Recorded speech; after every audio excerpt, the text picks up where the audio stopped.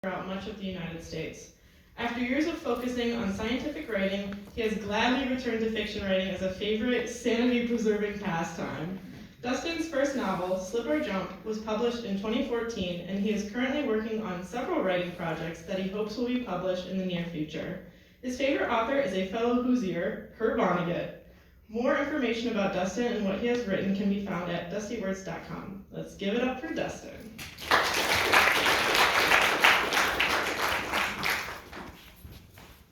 Emma, and it's exciting to be here. Thank you for everybody who organized and who is here. Out of town. So, Steve stood on the backyard porch.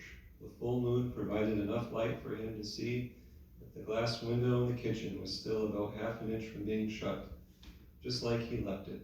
So, he used his knife to cut through the entire base of the mesh screen outside the window, and then slid vertically through the middle. He quietly guided the window upward and then squeezed through. Except for the chirps of the cricket, a ticking clock, and the hum of the refrigerator, it was silent inside, so much so that he heard his heart beating. He unlocked the back door and then walked into the living room. A lamp in the corner clicked on. Steve's first instinct was to run. However, before he could, he locked eyes with the terrified person sitting there in the recliner and couldn't help but say, "Jamal, you said that you and Velasquez were going to be traveling this weekend, which is why you couldn't make it to the costume party that Greta and I hosted last night."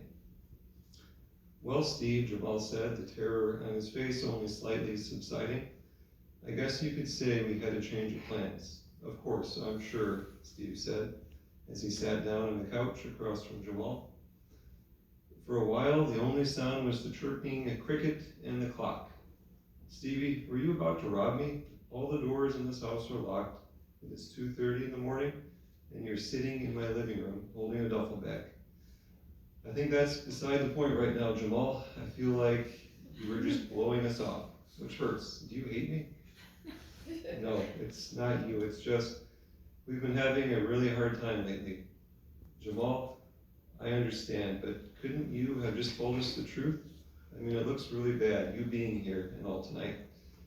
"I know, I messed up, but I've got to know, have you had anything to do with the robberies in this neighborhood? I mean, someone got stabbed to death." "I just can't believe that you lied to me," Steve said, his voice colder than Jamal had ever heard from him. "We used to be tight before Velasquez came along." "Well, the truth is," Jamal said, "we're here tonight because of ghosts." "What?" Steve asked.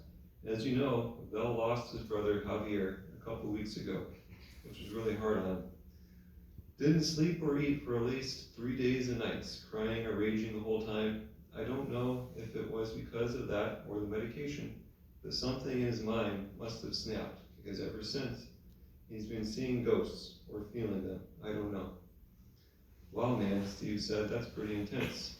"Sure is. I mean, he casually talks about at least 3 different kinds of ghosts. There are light ghosts, gray ghosts, and dark ghosts, and it seems like the dark ghosts always advocate for violence, which I have to say I find more than a little offensive."